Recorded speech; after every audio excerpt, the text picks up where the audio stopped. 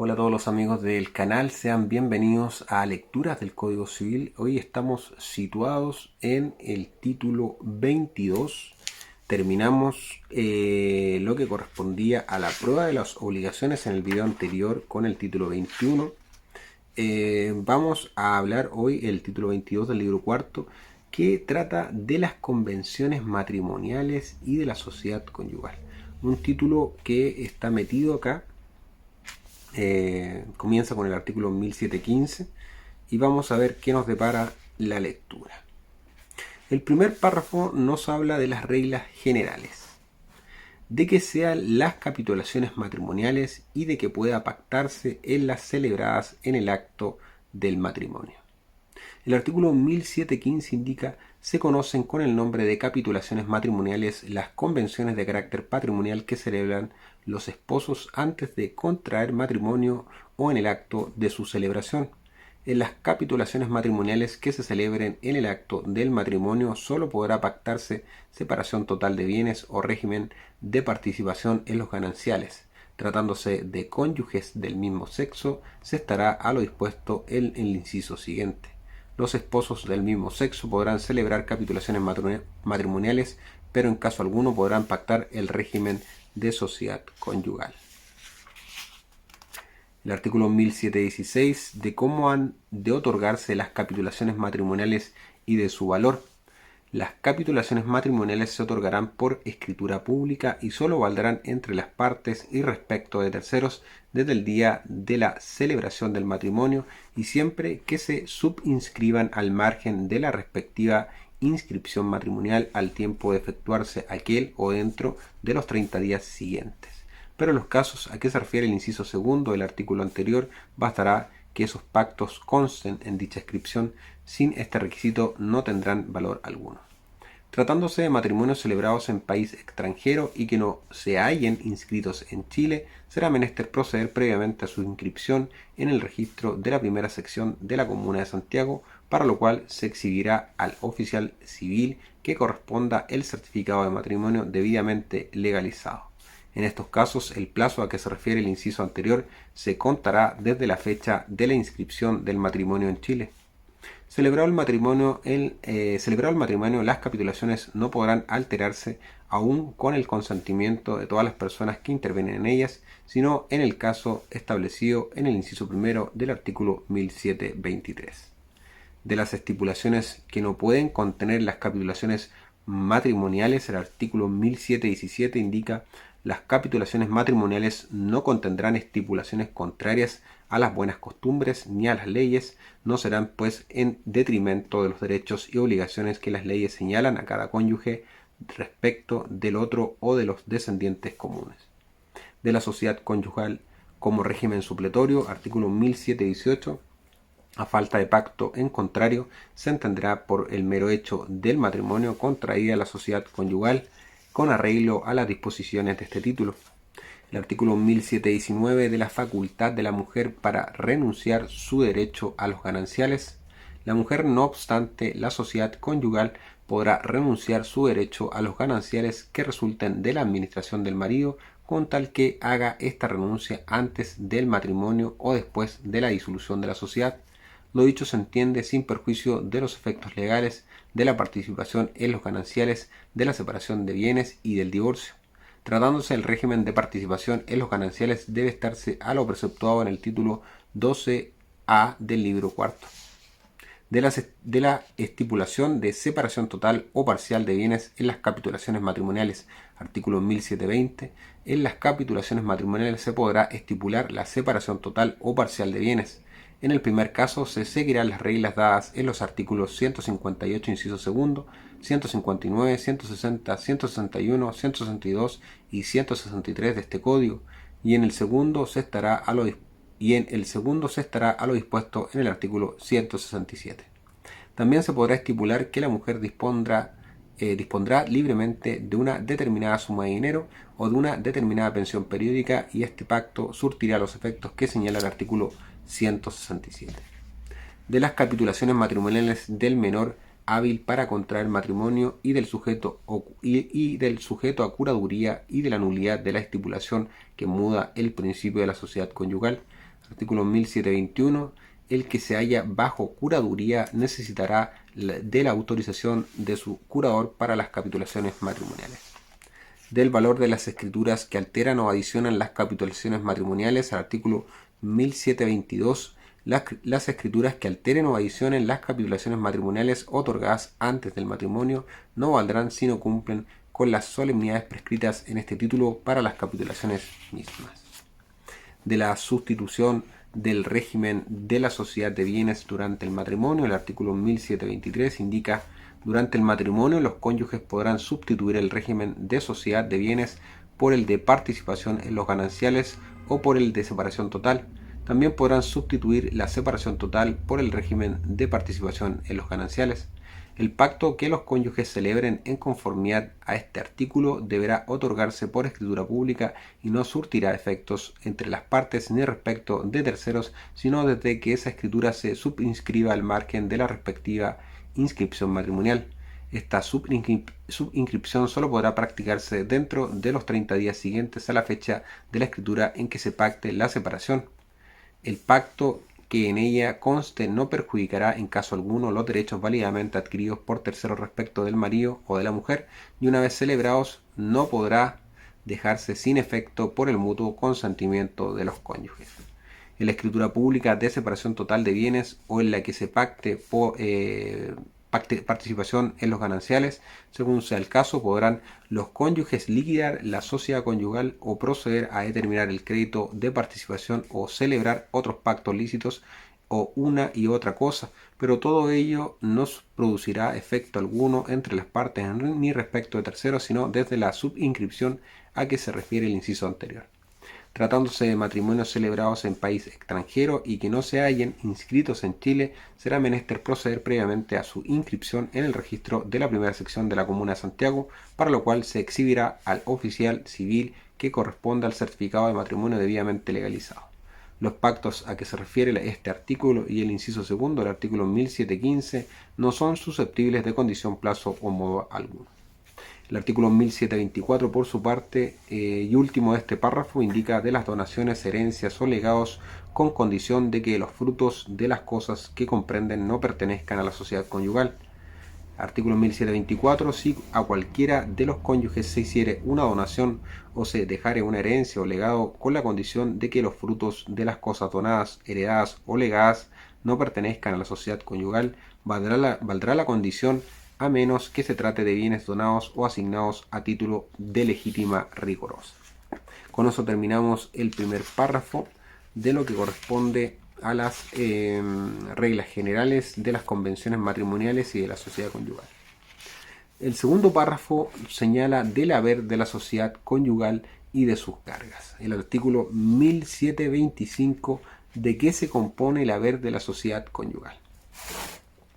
El haber de la sociedad conyugal se compone, número 1, de los salarios y emolumentos de todo género de empleos y oficios devengados durante el matrimonio. Número 2, de todos los frutos, réditos, pensiones, intereses y lucros de cualquiera naturaleza que provengan, sean de los bienes sociales, sean de los bienes propios y de cada uno de los cónyuges, y que se devenguen durante el matrimonio. Número 3, del dinero que cualquiera de los cónyuges aportara al matrimonio o durante el adquiriere, obligándose la sociedad a pagar la correspondiente recompensa. Número 4, de las cosas fungibles y especies muebles que cualquiera de los cónyuges aportare al matrimonio o durante el adquiriere, quedando obligada a la sociedad a pagar la correspondiente recompensa. Pero podrán los cónyuges eximir de la comunión cualquiera parte de sus especies muebles, designándolas en las capitulaciones matrimoniales. Número 5, de todos los bienes de cualquiera de los cónyuges que cualquiera de los cónyuges adquiera durante el matrimonio a título oneroso. Del haber al que ingresan los bienes, raíces y muebles adquiridos por los cónyuges a título de donación, herencia o legado. El artículo 1726 indica: las adquisiciones de bienes raíces hechas por cualquiera de los cónyuges al título de donación, herencia o legado se agregarán a los bienes del cónyuge donatario heredero o legatario, y las adquisiciones de bienes raíces hechas por ambos cónyuges simultáneamente a cualquiera de estos títulos no aumentarán el haber social, sino el de cada cónyuge. Si el bien adquirido es mueble, aumentará el haber de la sociedad, la que deberá al cónyuge o cónyuges adquirentes la correspondiente recompensa. De ciertos bienes que no entran al haber social, el artículo 1727, no obstante lo dispuesto en el artículo 1725, no entrarán a componer el haber social. Número 1. El inmueble que fuere debidamente subrogado a otro inmueble propio de alguno de los cónyuges. Número 2. Las cosas compradas con valores propios de uno de los cónyuges destinados a ello en las capitulaciones matrimoniales o en una donación por causa de matrimonio. Número 3. Todos los aumentos materiales que acrecen a cualquier especie de uno de los cónyuges formando un mismo cuerpo con ella por aluvión, edificación, plantación o cualquier otra causa.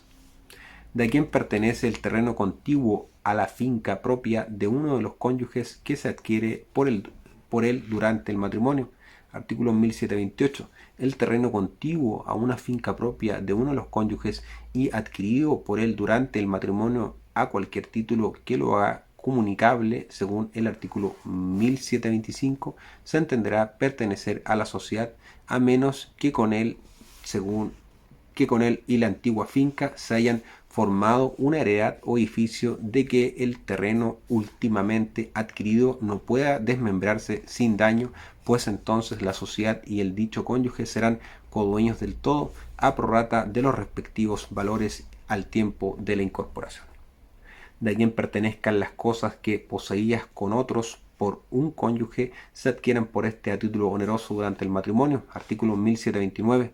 La propiedad de las cosas que uno de los cónyuges poseía con otras personas pro indiviso y de que durante el matrimonio se hiciere dueño por cualquier título oneroso pertenecerá pro indiviso a dicho cónyuge y a la sociedad a prorrata del valor de la cuota que pertenecía al primero y lo que haya costado la adquisición del resto. De la agregación al haber social de las minas denunciadas por uno de los cónyuges o por ambos. Artículo 1730. Las minas denunciadas por uno de los cónyuges o por ambos se agregarán al haber social. Del haber al que se agrega el tesoro inventado. El artículo 1731. La parte del tesoro que según la ley pertenece al que lo encuentra se agregará al haber de la sociedad, la que deberá al cónyuge que lo encuentre la correspondiente recompensa, y la parte del tesoro que según la ley pertenece al dueño del terreno en que se encuentra se agregará al haber de la sociedad, la que deberá recompensa al cónyuge que fuere dueño del terreno.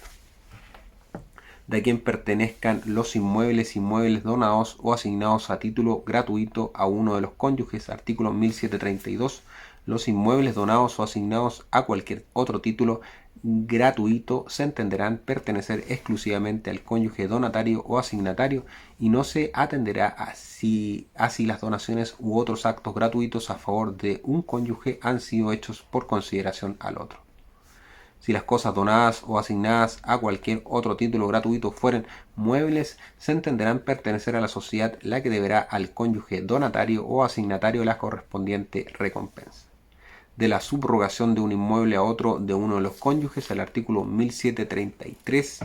Para que un inmueble se entienda subrogado a otro inmueble de uno de los cónyuges, es necesario que el segundo se haya permutado por el primero o que, vendido el segundo durante el matrimonio, se haya comprado con su precio el primero y que en la escritura de permuta o en las escrituras de venta su precio el primero y que la escritura de permuta o la escritura de venta y de compra se exprese el ánimo de subrogar.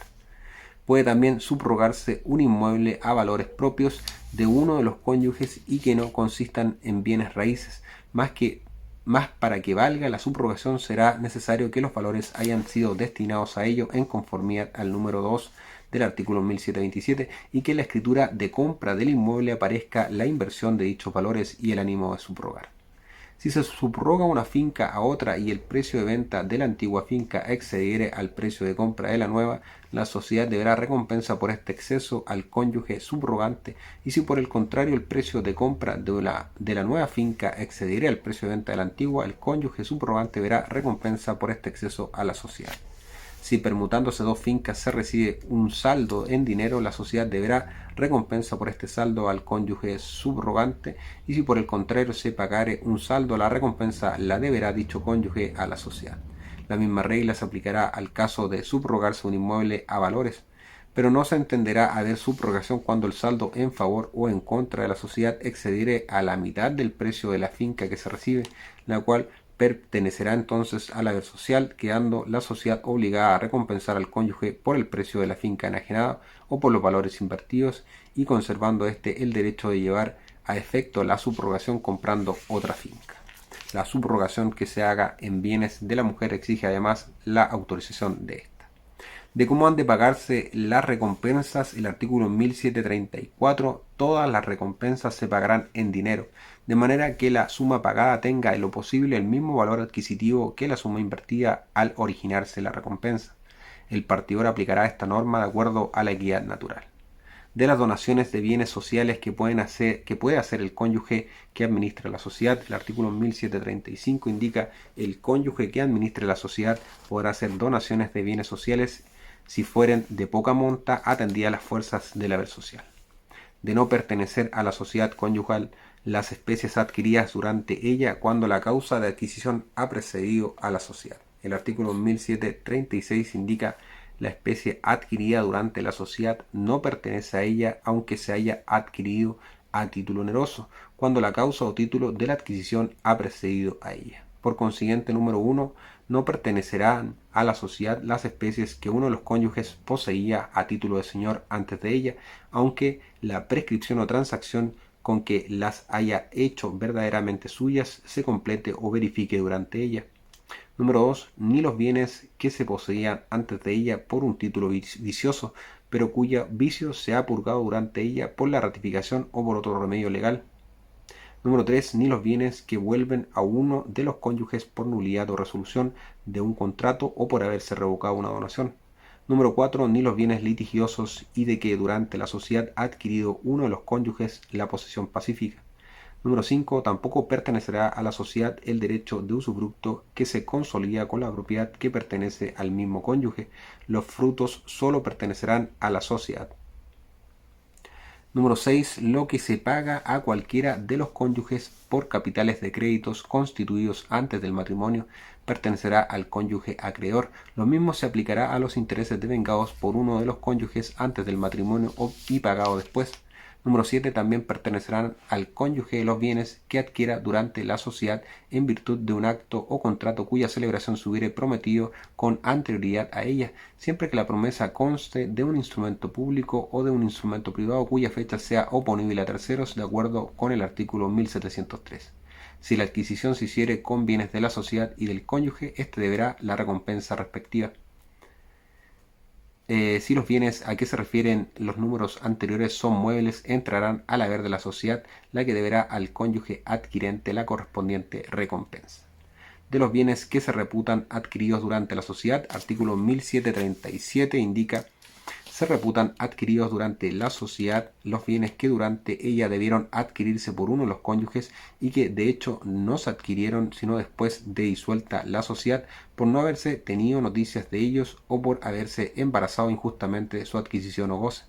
Los frutos que sin esta ignorancia o sin este embarazo hubieran debido percibirse por la sociedad y que después de ella se hubieran restituido a dicho cónyuge o a sus herederos, se mirarán como pertenecientes a la sociedad. De las donaciones remuneratorias por servicios hechas a los cónyuges, el artículo 1738, las donaciones remuneratorias de bienes raíces hechas a uno de los cónyuges o a ambos por servicios que no daban acción contra la persona servida no aumentan el haber social, pero las que se hicieren por servicios que hubieran dado acción contra dicha persona aumentan el haber social hasta concurrencia de lo que hubieran habido acción a pedir por ellos, y no más, salvo que dichos servicios se hayan prestado antes de la sociedad, pues en tal caso no se adjudicarán a la sociedad dichas donaciones en parte alguna. Si la donación remuneratoria es de cosas muebles, aumentarán el haber de la sociedad, la que deberá recompensa al cónyuge donatario si los servicios daban acción contra la persona servida o si los servicios se prestaron antes de la sociedad. de los bienes que durante la sociedad o al tiempo de su disolución existieren en poder de los cónyuges se presume que pertenecen a la sociedad. Artículo 1739. Toda cantidad de dinero y de cosas fungibles, todas las especies, créditos, derechos y acciones que existieren en poder de cualquiera de los cónyuges durante la sociedad o al tiempo de su disolución, se presumirán pertenecer a ella a menos que aparezca o se pruebe lo contrario. Ni la declaración de uno de los cónyuges que afirme ser suya o debérsele una cosa, ni la confesión del otro, ni ambas juntas se estimarán suficiente prueba, aunque se hagan bajo juramento. La confesión, no obstante, se mirará como una donación revocable que, confirmada por la muerte del donante, se ejecutará en su parte de gananciales o en sus bienes propios en lo que hubiere lugar. Tratándose de bienes muebles, los terceros que contraten a título oneroso con cualquiera de los cónyuges quedarán a cubierto de toda reclamación que éstos pudieran intentar fundada en que el bien es social o del otro cónyuge, siempre que el cónyuge contratante haya hecho al tercero de buena fe la entrega o la tradición del bien respectivo. No se presumirá la buena fe del tercero cuando el bien objeto del contrato figure inscrito a nombre del otro cónyuge en un registro abierto al público, como en el caso de automóviles, acciones de sociedad anónimas, naves, aeronaves, etc. Se presume que todo bien adquirido a título oneroso por cualquiera de los cónyuges después de disuelta la sociedad conyugal y antes de su liquidación se ha adquirido con bienes sociales. El cónyuge deberá por consiguiente recompensa a la sociedad a menos que pruebe haberlo adquirido con bienes propios o provenientes de su sola actividad personal. De aquello cuyo pago es obligada a la sociedad, artículo 1740. La sociedad es obligada al pago, número 1, de todas las pensiones e intereses que corran, sean contra la sociedad, sean contra cualquiera de los cónyuges y que se devenguen durante la sociedad. Número 2. De las deudas y obligaciones contraídas durante el matrimonio por el marido o la mujer con autorización del marido o de la justicia en subsidio y que no fueren personales de aquel o ésta, como lo serían las que se contrajesen para el establecimiento de los hijos de un matrimonio anterior. La sociedad, por consiguiente, es obligada con la misma limitación al lasto de toda fianza, hipoteca o prenda constituida por el marido. Número 3. De las deudas personales de cada uno de los cónyuges, quedando el deudor obligado a compensar a la sociedad lo que ésta invierta en ello. Número 4. De todas las cargas y reparaciones usufructuarias de los bienes sociales o de cada cónyuge. Número 5. Del mantenimiento de los cónyuges, del mantenimiento, educación y establecimiento de los descendientes comunes y de toda otra carga de la familia. Se mirarán como carga de la familia los alimentos que uno de los cónyuges esté por ley obligado a dar a sus descendientes o ascendientes, aunque no lo sean de ambos cónyuges, pero podrá el juez moderar este gasto si le pareciera excesivo, imputando el exceso al haber del cónyuge. Si la mujer se reserva en las capitulaciones matrimoniales el derecho de que se le entregue por una vez o periódicamente una cantidad de dinero de que pueda disponer a su arbitrio, será de cargo de la sociedad este pago siempre que en las capitulaciones matrimoniales no se haya impuesto expresamente al marido. El artículo 1741 de la recompensa debida por la sociedad por la venta de alguna cosa de los cónyuges. Vendida alguna cosa del marido o de la mujer, la sociedad deberá recompensa por el precio al cónyuge vendedor, salvo en cuanto dicho precio se haya invertido en la subrogación de que habla el artículo 1733 o en otro negocio personal del cónyuge cuya era la cosa vendida, como en el pago de sus deudas personales o en el establecimiento de sus descendientes de un matrimonio anterior. El artículo 1742 de cuando deban los cónyuges recompensa a la sociedad por el valor de las donaciones que se hicieren de parte del haber social. El artículo 1742 dice que el marido o la mujer deberá a la sociedad recompensa por el valor de toda donación que se hiciere de cualquiera parte del haber social, a menos que sea de poca monta, atendida a las fuerzas del haber social, o que se haga para un objeto de eminente piedad o de beneficencia, y sin causar un grave menoscabo a dicho haber. El artículo 1743 del efecto de la asignación testamentaria de especie que pertenezca a la sociedad. Si el marido o la mujer dispone por causa de muerte de una especie que pertenece a la sociedad, el asignatario de dicha especie podrá perseguirla sobre la sucesión del testador, siempre que la especie en la división de los gananciales se haya adjudicado a los herederos del testador. pero en caso contrario solo tendrá derecho para percibir su precio sobre la sucesión del testador. De la imputación de las expensas ordinarias y extraordinarias de educación, establecimiento o matrimonio de un descendiente común. El artículo 1744 indica que las expensas ordinarias y extraordinarias de educación de un descendiente común y las que se hicieren para establecerle o casarle se imputarán a los gananciales siempre que no constaren de un modo auténtico que el marido o la mujer o ambos de consuno han querido que se sacasen estas expensas de sus bienes propios, aun cuando inmediatamente se saquen ellas de los bienes propios de cualquiera de los cónyuges, se entenderá que se hacen a cargo de la sociedad a menos de declaración contraria. En el caso de haberse hecho estas expensas por uno de los cónyuges sin contradicción o reclamación del otro y no constando de un modo auténtico que el marido o la mujer quisieron hacerlas de lo suyo, la mujer, el marido o los herederos de cualquiera de ellos podrán pedir que se les reembolse de los bienes propios del otro por mitad la parte de dichas expensas que no cupiere en los gananciales, y otro por mitad de la parte de dichas expensas, y quedará a la prudencia del juez acceder a esta demanda en todo o parte, tomando en consideración las fuerzas y obligaciones de los dos patrimonios y la discreción y moderación con que en dichas expensas hubiere procedido el cónyuge. Todo lo cual se aplica al caso en que el descendiente no tuviere bienes propios, pues teniéndolos se imputarán las expensas extraordinarias a sus bienes en cuanto cupieren y en cuanto le hubieren sido efectivamente útiles, a menos que conste de un modo auténtico que el marido o la mujer o ambos de consuno quisieron hacerlas de lo suyo. De presumirse erogados por la sociedad las expensas de toda clase hechas para adquirir bienes o cobrar créditos de un cónyuge. El artículo 1745 indica en general los precios, saldos, costas judiciales y expensas de toda clase que se hicieren en la adquisición o cobro de los bienes, derechos o créditos que pertenezcan a cualquiera de los cónyuges se presumirán erogados por la sociedad a menos de prueba contraria y se le deberán abonar. Por consiguiente, el cónyuge que adquiere bienes a título de herencia debe recompensa a la sociedad por todas las deudas y cargas hereditarias o testamentarias que él cubra y por todos los costos de la adquisición, salvo en cuanto pruebe haberlos cubierto con los mismos bienes hereditarios o con los suyos. De las recompensas debidas por las expensas que han aumentado el valor de los bienes de alguno de los cónyuges. El artículo 1746 se le debe asimismo recompensa por las expensas de toda clase que se hayan hecho en los bienes de cualquiera de los cónyuges en cuanto dichas expensas hayan aumentado el valor de los bienes y en cuanto subsistiere este valor a la fecha de la disolución de la sociedad, a menos que este aumento del valor exceda al de las expensas, pues en tal caso se deberá solo el importe de estas. De la recompensa debida a la sociedad por erogaciones gratuitas y cuantiosas a favor de un tercero. El artículo 1747 en general se debe recompensa a la sociedad por toda erogación gratuita y cuantiosa a favor de un tercero que no sea descendiente común. De la recompensa debida a la sociedad por los perjuicios causados con dolo o culpa grave y por el pago de multas y reparaciones.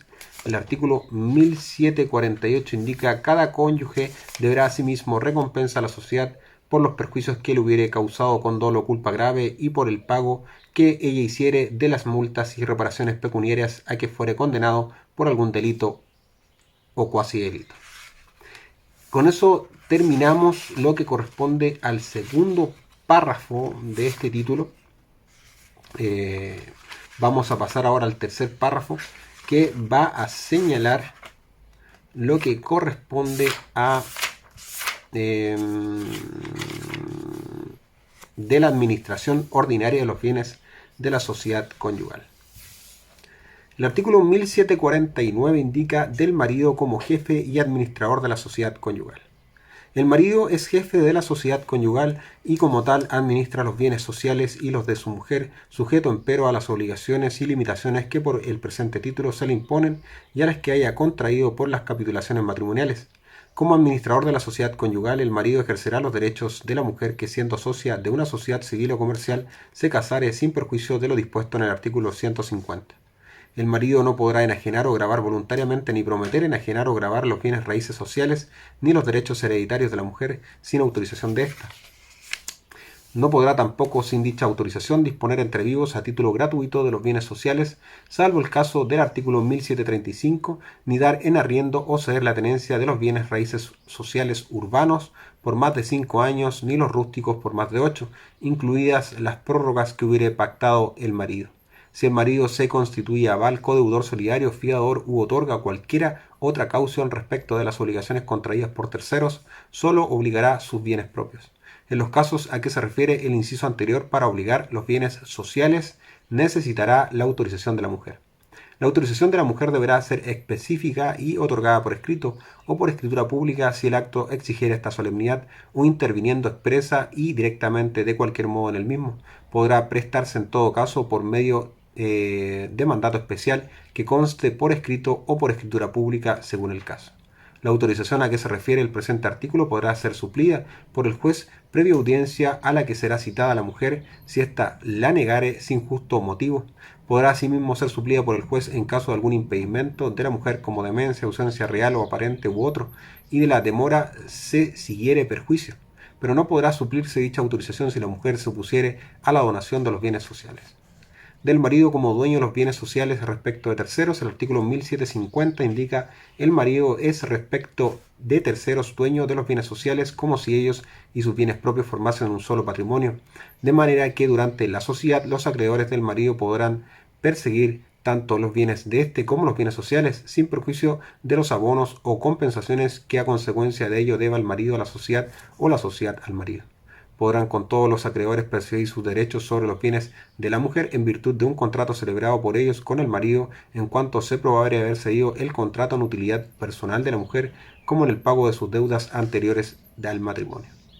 De las deudas contraídas por la mujer con mandato del marido y de los contratos celebrados de consumo por los cónyuges, el artículo 1751 indica: toda deuda contraída por la mujer con mandato general o especial del marido es respecto de los terceros deuda del marido y por consiguiente de la sociedad, y el acreedor no podrá perseguir el pago de esta deuda sobre los bienes propios de la mujer, sino solo sobre los bienes de la sociedad y sobre los bienes propios del marido, sin perjuicio de lo prevenido en el inciso segundo del artículo precedente.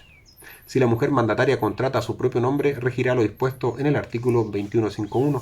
Los contratos celebrados por el marido y la mujer de consumo, o en que la mujer se obligue solidaria o subsidiariamente con el marido, no valdrán contra los bienes propios de la mujer, salvo en los casos y términos del sobredicho inciso segundo y sin perjuicio de lo dispuesto en el inciso primero del artículo 137. De los derechos de la mujer sobre los bienes sociales durante la sociedad, artículo 1752, la mujer por sí sola no tiene derecho alguno sobre los bienes sociales durante la sociedad, salvo en los casos del artículo 145. De los frutos de los bienes propios de la mujer, artículo 1753, aunque la mujer en las capitulaciones matrimoniales renuncie a los gananciales, no por eso tendrá la facultad de percibir los frutos de sus bienes propios, los cuales se entienden concedidos al marido para soportar las cargas del matrimonio, pero con la obligación de conservar y restituir dichos bienes según después se dirá. Lo dicho deberá entenderse sin perjuicio de los derechos de la mujer divorciada o separada de bienes. De la enajenación y gravamen de los inmuebles de la mujer, artículo 1754, no se podrá enajenar ni gravar los bienes raíces de la mujer sino con su voluntad. La voluntad de la mujer deberá ser específica y otorgada por escritura pública o interviniendo expresa y directamente de cualquier modo en el acto. Podrá prestarse en todo caso por medio de mandato especial que conste de escritura pública. Podrá suplirse por el juez el consentimiento de la mujer cuando ésta se hallare imposibilitada de manifestar su voluntad. La mujer por su parte no podrá enajenar o gravar ni dar en arrendamiento o ceder la tenencia de los bienes de su propiedad que administre el marido, sino en los casos de los artículos 138 y 138 bis. De la enajenación o gravamen de los bienes de la mujer que el marido esté o pueda estar obligado a restituir en especie. Artículo 1755. Para enajenar o gravar otros bienes de la mujer que el marido esté o pueda estar obligado a restituir en especie, bastará el consentimiento de la mujer, que podrá ser suplido por el juez cuando la mujer estuviere imposibilitada de manifestar su voluntad. Del alquiler o cesión de la tenencia de los predios rústicos de la mujer, artículo 1756. Sin autorización de la mujer, el marido no podrá dar en arriendo o ceder la tenencia de los predios rústicos de ella por más de 8 años, ni de los urbanos por más de 5, incluidas las prórrogas que hubiere pactado el marido. Es aplicable a este caso lo dispuesto en los incisos 7 y 8 del artículo 1749. de los efectos de incumplirse los requisitos en la ejecución de los actos señalados en los artículos 1749, 1754 y 1755.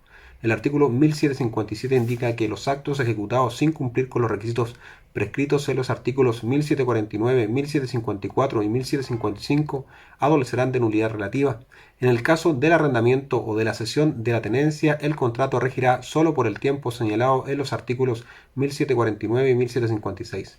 La nulidad o inoponibilidad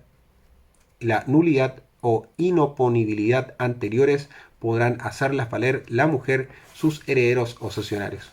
El cuadrienio para impletar la nulidad se contará desde la disolución de la sociedad conyugal o desde que cese la incapacidad de la mujer o de sus herederos. En ningún caso se podrá pedir la declaración de nulidad pasados 10 años desde la celebración del acto o contrato. Con esto terminamos de la administración de la sociedad conyugal, que era el párrafo tercero. Vamos ahora, que esta es la administración ordinaria, digamos. Ahora vamos a revisar el párrafo cuarto de la administración extraordinaria de la sociedad conyugal. ¿De cuándo la administración de la sociedad conyugal recae en la mujer o en un curador? Artículo 1758. La mujer que en el caso de interdicción del marido o por larga ausencia de éste sin comunicación con su familia hubiere sido nombrada curadora del marido o curadora de sus bienes, tendrá por el mismo hecho la administración de la sociedad conyugal. Si por incapacidad o excusa de la mujer se encargaren estas curadurías a otra persona, dirigirá el curador la administración de la sociedad conyugal. De las facultades de la mujer que administra la sociedad conyugal. Artículo 1759. La mujer que tenga la administración de la sociedad administrará con iguales facultades que el marido. No obstante, sin autorización judicial previo conocimiento de causa, no podrá enajenar o gravar voluntariamente ni prometer enajenar o gravar los bienes raíces sociales. No podrá tampoco, sin dicha autorización, disponer entre vivos a título gratuito de los bienes sociales, salvo el caso del artículo 1735. Todo acto en contravención a este artículo será nulo relativamente. La acción corresponderá al marido, sus herederos o cesionarios, y el cuadrienio para pedir la declaración de nulidad se contará desde que cese el hecho que motivó la curaduría. En ningún caso se podrá pedir la declaración de nulidad pasados 10 años desde la celebración del acto contrato. Si la mujer que tiene la administración extraordinaria de la sociedad conyugal se constituyese en aval, codeudora, solidaria, fiadora u otorga cualquiera otra caución respecto de terceros, solo obligará sus bienes propios y los que administre en conformidad a los artículos 150, 166 y 167. Para obligar los bienes sociales necesitará la autorización de la justicia dada con conocimiento de causa. En la administración de los bienes propios del marido se aplicarán las normas de las curadurías. De los actos y contratos ejecutados por la mujer administradora. Artículo 1760. Todos los actos y contratos de la mujer administradora que no le estuvieren vedados por el artículo precedente se mirarán como actos y contratos del marido y obligarán en consecuencia a la sociedad y al marido, salvo en cuanto apareciere o se probare que dichos actos y contratos se hicieron en negocio personal de la mujer. Del alquiler de los inmuebles sociales o cesión de su tenencia por la mujer administradora. Artículo 1761. La mujer administradora podrá dar en arriendo los inmuebles sociales o ceder su tenencia y el marido o sus herederos estarán obligados al cumplimiento de lo pactado por un espacio de tiempo que no pase de los límites señalados en el inciso cuarto del artículo 1749. Este arrendamiento o cesión, sin embargo, podrá durar más tiempo si la mujer, para estipularlo así, hubiera sido especialmente autorizada por la justicia previa información de utilidad. De la negativa de la mujer a asumir administración de la sociedad conyugal, artículo 1762, la mujer que no quisiere tomar sobre sí la administración de la sociedad conyugal ni someterse a la dirección de un curador, podrá pedir la separación de bienes y en tal caso se observarán las disposiciones del título sexto, párrafo tercero del libro primero. ¿De cuándo recobra el marido sus facultades administrativas? El artículo 1763. Cesando la causa de la administración extraordinaria de que hablan los artículos precedentes, recobrará el marido sus facultades administrativas previo decreto judicial. El párrafo quinto ahora va a hablar de la disolución de la sociedad conyugal y partición de los gananciales. De las causas de disolución de la sociedad conyugal. El artículo 1764 indica: la sociedad conyugal se disuelve, número 1, por la disolución del matrimonio, número 2, por la presunción de muerte de uno de los cónyuges según lo prevenido en el título del principio y fin de las personas, Número 3, por la sentencia de separación judicial o de separación total de bienes. Si la separación es parcial, continuará la sociedad sobre los bienes no comprendidos en ella. Número 4, por la declaración de nulidad del matrimonio. Número 5, por el pacto de partición en los gananciales, por el pacto de participación en los gananciales o de separación total de bienes, según el título 22A del libro cuarto y el artículo 1723. De la facción de inventario y tasación de los bienes una vez disuelta la sociedad. Artículo 1765. Disuelta la sociedad, se procederá inmediatamente a la confección de un inventario y tasación de todos los bienes que usufructuaba o de que era responsable en el término y forma prescritos para la sucesión por causa de muerte. Del inventario y tasación de bienes y de su valor, el artículo 1766. El inventario y tasación que se hubieren hecho sin solemnidad judicial no tendrá valor en juicio, sino contra el cónyuge, sus herederos o los acreedores que los hubieren debidamente aprobado y firmado. Si entre los partícipes de los gananciales hubiere menores, dementes u otras personas inhábiles para la administración de sus bienes, serán de necesidad el inventario y tasación solemnes, y si se omitieren hacerlos, aquel a quien fuere imputable esta omisión responderá de los perjuicios y se procederá lo más pronto posible a legalizar dicho inventario y tasación en las formas debidas. De cuando se entienda que la mujer acepta los gananciales con beneficio de inventario, el artículo 1767, la mujer que no haya renunciado los gananciales antes del matrimonio o después de disolverse la sociedad, se entenderá que los acepta con beneficio de inventario. De los efectos de la ocultación o distracción dolosa de alguna cosa de la sociedad, el artículo 1768, aquel de los cónyuges o sus herederos que dolosamente hubieran ocultado o distraído alguna cosa de la sociedad, perderá su porción en la misma cosa y se verá obligado a restituirla doblada. De la acumulación imaginaria al haber social de ciertas deudas de los cónyuges, el artículo 1769 señala: se acumulará imaginariamente al haber social todo aquello de que los cónyuges sean respectivamente deudores a la sociedad por vía de recompensa o indemnización según las reglas arriba dadas.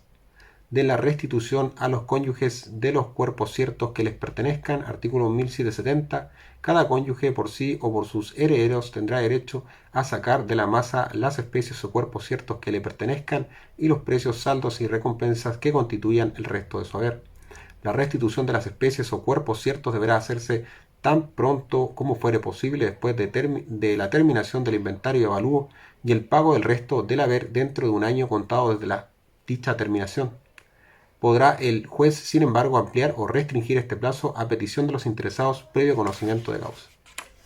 De las pérdidas, deterioros y aumentos de los cuerpos ciertos de los cónyuges, artículo 1771, las pérdidas o deterioros ocurridos en dichas especies o cuerpos ciertos deberá sufrirlos el dueño, salvo que se deban a dolo o culpa grave del otro cónyuge, en cuyo caso deberá éste resarcirlos. Por el aumento que provenga de causas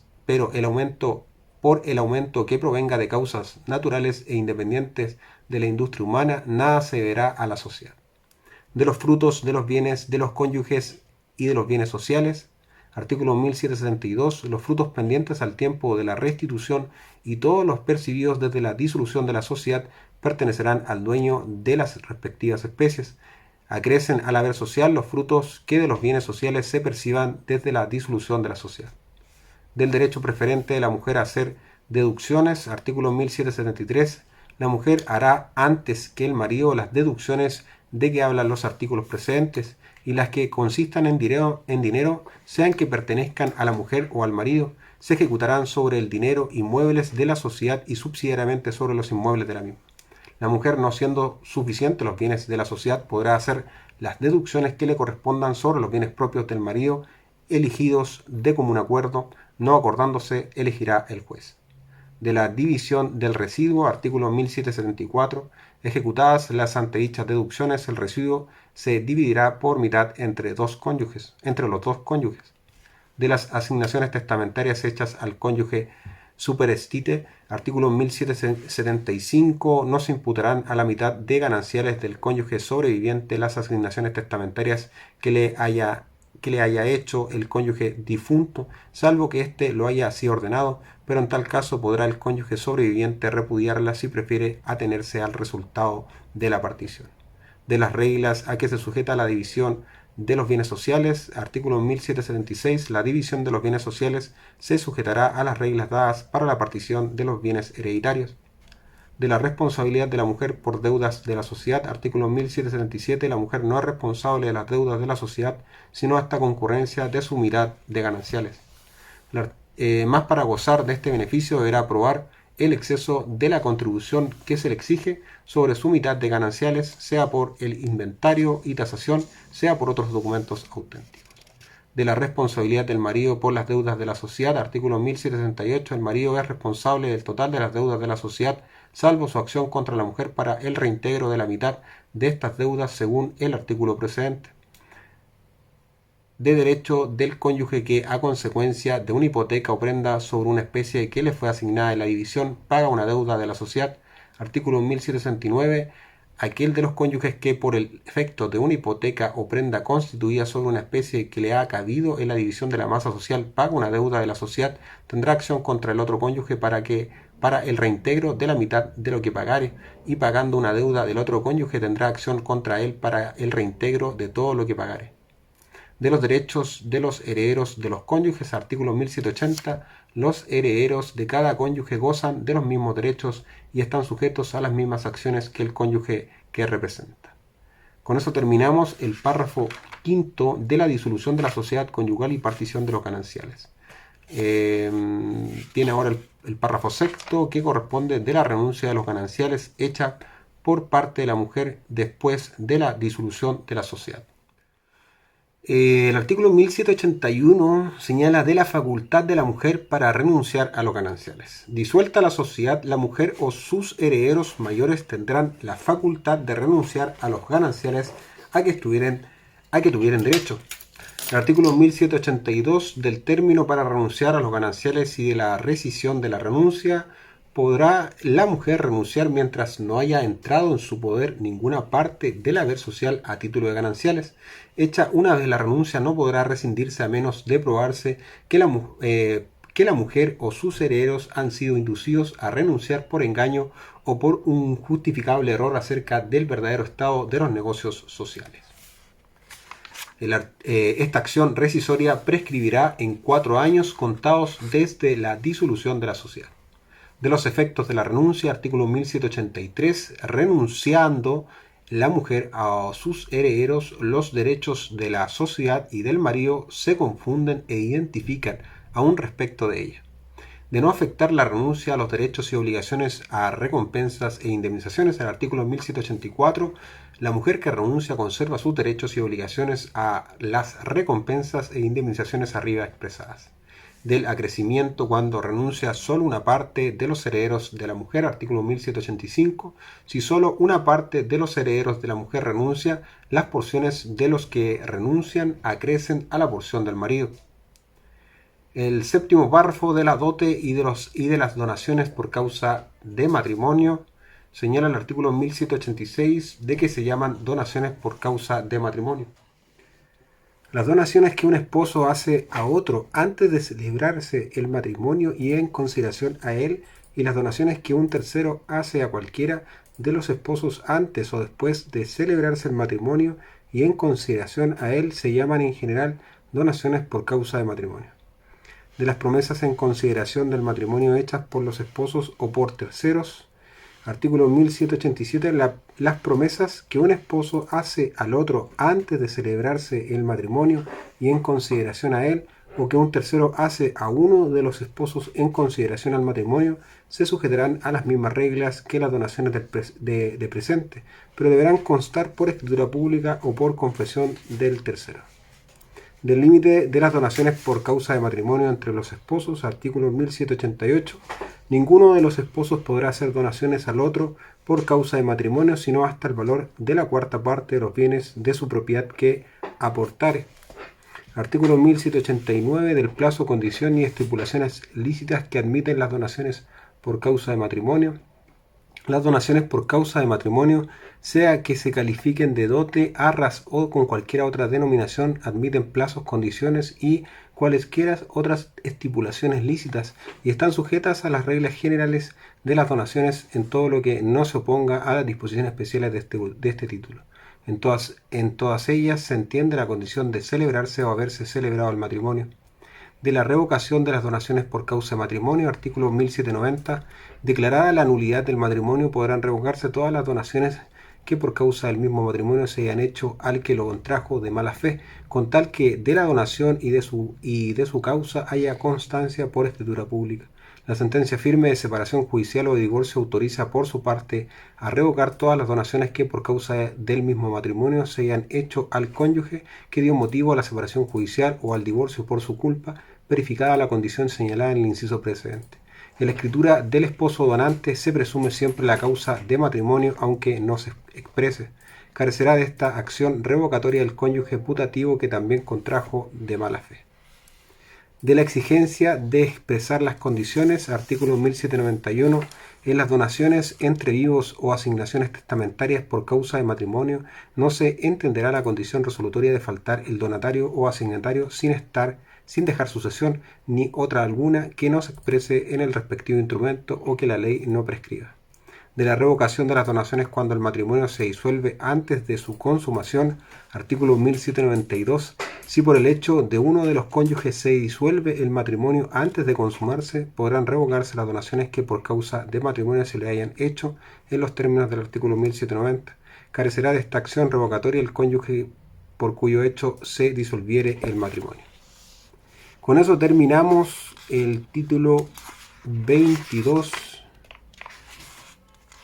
que corresponde a la sociedad conyugal, un título bien extenso, el título 22 de las convenciones matrimoniales y de la sociedad conyugal. En el siguiente capítulo vamos a revisar lo que corresponde al título 22A, me parece que es el 22A.